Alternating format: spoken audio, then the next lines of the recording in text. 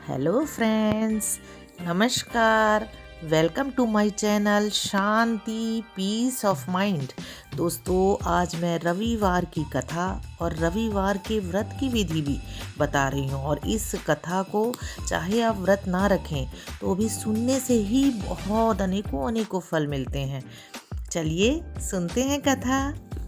सर्व मनोकामनाओं की पूर्ति हेतु रविवार का व्रत श्रेष्ठ है।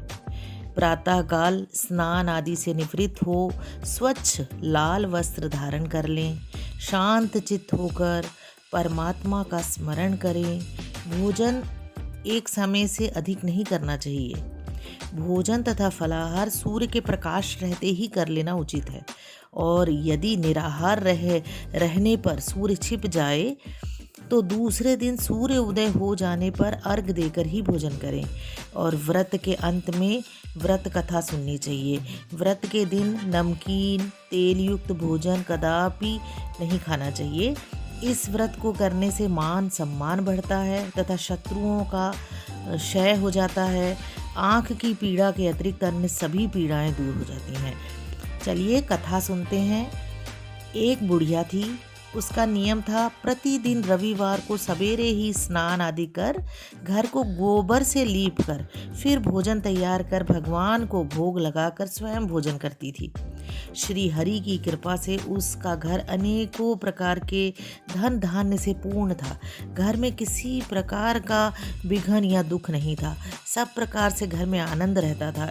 इस तरह कुछ दिन बीत जाने पर उसकी एक पड़ोसन, जिसकी गाय का गोबर वह बुढ़िया लाया करती थी, विचार करने लगी कि यह वृद्धा सर्वदा मेरी गाय का गोबर ले जाती है, इसीलिए अपनी गाय को घर के भीतर बांधने लग गई। बुढ़िया को गोबर ना मिलने से रविवार के दिन अपने घर को ना लीप सकी, इसीलिए उसने ना तो भोजन बनाया ना भगवान को भोग लगाया तथा स्वयं भी उसने भोजन नहीं किया।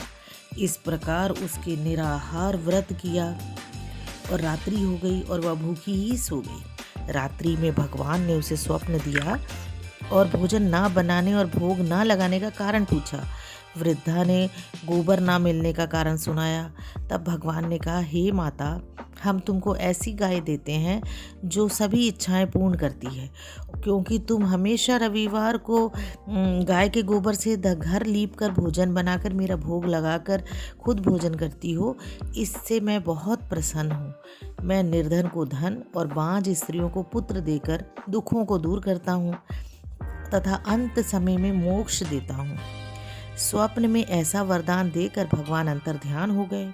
जब प्रातः वृद्धा को आंख खुली तो वह देखती है कि आंगन में एक अति सुंदर गाय और बछड़ा बंधे हुए हैं। वह गाय और बछड़े को देखकर अत्यंत प्रसन्न हुई और उसको घर के बाहर बांध दिया और वहीं खाने को चारा डाल दिया। जब उसकी पड़ोसन बुढ़िया ने घर के बाहर अति सुंदर गाय और बछड़े को बंधा देखा तो द्वेष के कारण उसका हृदय जल उठा। उसने देखा कि गाय ने सोने का गोबर किया है, तो वह उस गाय का गोबर ले गई और अपनी गाय का गोबर उस जगह पर रख गई। वह प्रतिदिन ऐसा ही करती गई। सीधी सादी बुढ़िया को इसकी खबर नहीं होने दी। तब सर्वव्यापी ईश्वर ने सोचा कि चालाक पड़ोसन के कर्म से बुढ़िया ठगी जा रही है, तो ईश्वर ने संध्या के समय अपनी माया से बड़े जोर से आंधी चला दी। बुढ़िया ने आंधी के डर से अपनी गाय को घर के भीतर बांध लिया। प्रातःकाल जब वृद्धा ने देखा कि गाय ने सोने का गोबर दिया है तो उसके आश्चर्य की सीमा न रही। वह प्रतिदिन गाय को घर के भीतर बांधने लगी। और इधर पड़ोसन ने देखा कि बुढ़िया गाय को घर के भीतर बांधने लगी है तो उसका सोने का गोबर उठाने का दांव नहीं लग रहा है, तो वह ईर्ष्या और जलन से कुछ उपाय सोचने लगी। कुछ उपाय ना देखकर पड़ोसन ने उस देश के राजा की सभा में जाकर कहा कि हे महाराज, मेरे पड़ोस में एक वृद्धा के पास ऐसी गाय है जो नित्य सोने का गोबर देती है। आप उस सोने से प्रजा का पालन करिए। वह वृद्धा इतना सोने का क्या करेगी। राजा ने यह बात सुनकर अपने दूतों को वृद्धा के घर से गऊ लाने की आज्ञा दी। वृद्धा प्रातः ईश्वर का भोग लगाकर भोजन ग्रहण करने ही जा रही थी कि राजा के कर्मचारी गाय खोल कर ले गए। वृद्धा काफी रोई चिल्लाई, किंतु कर्मचारियों के समक्ष उसका क्या चलता। उस दिन वृद्धा गाय के वियोग में भोजन ना खा सकी। रात भर रो रो कर ईश्वर से गाय को पुनः पाने की प्रार्थना करने लगी। उधर राजा गाय को देखकर बहुत प्रसन्न हुआ, लेकिन सुबह उठ जैसे ही वह उठा तो सारा महल गोबर से भरा दिखाई देने लगा। राजा यह देखकर घबरा गया। भगवान ने रात्रि में राजा को स्वप्न में कहा कि हे राजा, गाय वृद्धा को लौटाने में ही तेरा भला है। उसके रविवार के व्रत से प्रसन्न होकर मैंने उसे गाय दी थी। प्रातः होते ही राजा ने वृद्धा को बुलाकर बहुत से धन के साथ साथ साथ सम्मान सहित गाय बछड़ा लौटा दिया। उसकी पड़ोसन को बुलाकर उचित दंड दिया। इतना कहने के बाद ही राजा के महल से गंदगी दूर हुई। उसी दिन से राजा ने नगरवासियों को आदेश दिया कि राज्य की समृद्धि तथा अपनी समस्त मनोकामनाओं की पूर्ति के लिए रविवार का व्रत रखा करो।